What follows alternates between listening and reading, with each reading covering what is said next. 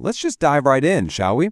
Today, we're tearing down and examining one of the absolute most fascinating transitions in modern sports history. We are going to map out exactly how an iconic, world-renowned athletic career was meticulously transformed into a massive, multi-industry business empire. So when you hear the name Cristiano Ronaldo, what immediately pops into your head? Right? For most of us, it's the obvious stuff. Staggering goal numbers, those iconic celebrations, lifting Champions League trophies, or maybe literally just the number 7. But you know, there is a completely different side to this man that has absolutely nothing to do with what happens on a football pitch. Because he didn't just build a legendary career on the grass, he built a global brand. Today, we're analyzing the deeply strategic business identity that Ronaldo constructed perfectly in parallel to his time dominating world football. He literally spent years turning his immense fame into businesses that are designed entirely to outlive his playing days.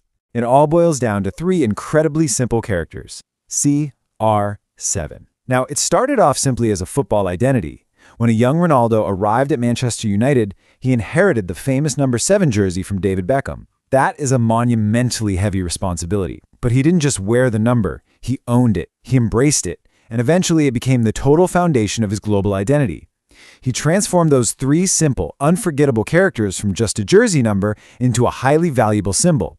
It stopped being just a name and started representing an entire lifestyle, one built on fitness, success, discipline, and luxury. See, Ronaldo possessed a huge strategic advantage. He didn't need to spend millions of dollars and decades of time trying to convince people he existed, or, building global brand awareness from scratch. The world already knew exactly who he was. So instead of just being the guy getting paid to advertise someone else's product, he launched his own. We're talking fashion and clothing, partnering with the Pastana Hotel Group back in 2015 to open lifestyle hotels in places like Madeira, Lisbon, Madrid, New York, and Marrakesh. He jumped right into the fitness space with CR7 gyms and even rolled out his own line of fragrances. Now, you might look at that and think, hotels, gyms, cologne, that's kind of just a random collection of businesses. But actually, they aren't random at all. The CR7 brand represents literal extensions of his personal identity that all tell the exact same story. This is absolutely crucial to understand. A personal brand only becomes truly powerful when the founder is the living, breathing proof of the product's story. So when Ronaldo launches a fitness brand, well, it makes perfect sense because we all know his utter obsession with physical performance. When he launches a fragrance or a hotel built around youthful energy and ambition, it fits like a glove. These are not random endorsements. They're super deliberate strategic business ventures anchored entirely by his authentic lifestyle. There is a massive difference between an endorsement and an investment.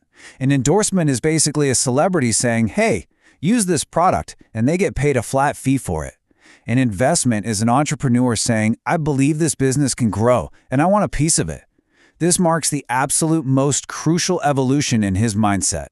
Ronaldo isn't just interested in getting a paycheck to smile and hold a product in a TV commercial anymore. No, he is laser-focused on building long-term assets, securing equity, and having control through real ownership. And if you want to see just how sophisticated his investor mindset is, look at this number, 25%. According to Forbes, Ronaldo has actively expanded his portfolio way beyond his own CR7 branded products.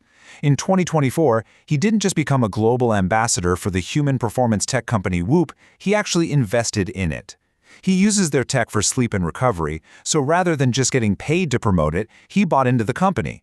He's also invested in the AI search company Perplexity, and he holds a reported 25% ownership stake in the Spanish football club UD Almeria.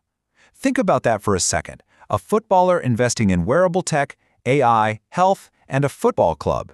That is the mindset of an owner, not an employee.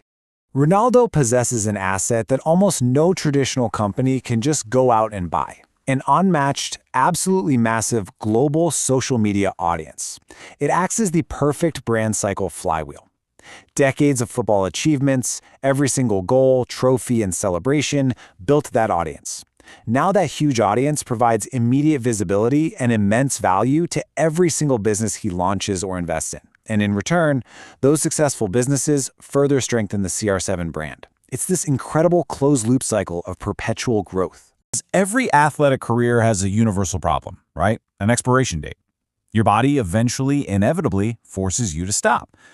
But Ronaldo designed the ultimate solution, which we can call the CR7 formula. Step 1. Become exceptional at your craft. Step 2. Build global recognition. Step 3. Create a memorable, simple identity. Step 4. Expand into related industries that organically fit your lifestyle. And finally, Step 5. Turn that massive attention into true ownership. It's a surprisingly simple blueprint, but it is highly, highly effective. And honestly, it's one that anyone looking to turn a personal brand into lasting equity can learn a lot from. Just look at his relentless business momentum to prove the point. He formed the Pastana partnership back in 2015, opened the first hotel in 2016. Fast forward to today, he's investing in Whoop, securing those stakes at Almeria and Perplexity. And looking ahead, there's even a planned opening of a Paris hotel in 2027. This proves something really vital. While his incredible football career is inevitably entering its final chapter, his business story is not winding down at all. Actually, scratch that. It's aggressively expanding into the future. So what happens after football? Well, for a traditional footballer, they retire and the salary stops. A salary only pays you for what you do right now. But for the CR7 brand, he retires and the businesses just keep going. The hotels stay open, the fragrances keep selling, the tech investments keep growing. His equity is completely designed to outlive his time on the pitch. Ultimately, Ronaldo didn't just sit there and ask, how much money can I earn from football? His actions pose a much bigger, much more profound question. What can I build because of what football gave me?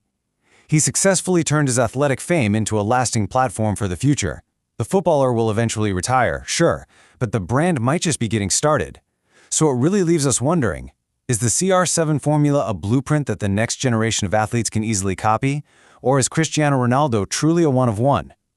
Thank you so much for joining me on this explainer, and I really hope this changes the way you look at the business of sports.